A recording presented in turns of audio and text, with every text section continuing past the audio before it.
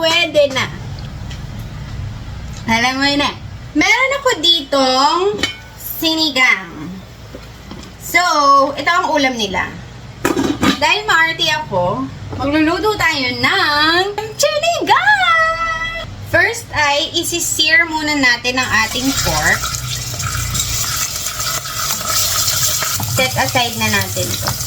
Tapos, magsosote tayo ng onion and kamatis. May bawang ba ang sinigang? Actually, hindi ko alam. Comment down below. Ay. Lagyan na natin ang ating kamatis. Madaming kamatis, mas masarap. Isama na natin sa gisa ang gochujang. Gochujang paste. Ilalagay na natin yung pork. Ilalagay nga pala ako ng kimchi. Sasama yan sa gisa. Pag medyo naluto na yung kimchi, lalagyan na natin siya ng water.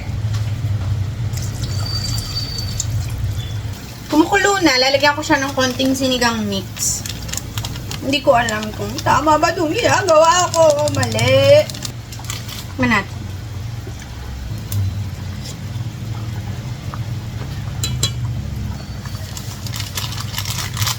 Alam mo kung anong feeling ko? Parang gusto ko siyang lagyan ng konting tamis.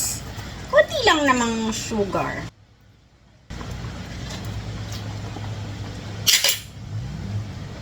Na para bang pwede na. Pwede na akong mag-asawa ng Koreano. Ganyan natin yung konting gulay natin. Konti lang yun dahil may kimchi naman tayo. And then, papalambutin lang natin. That's it.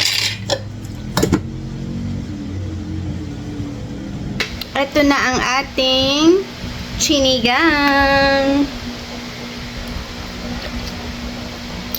Sarap! Sobrang sarap.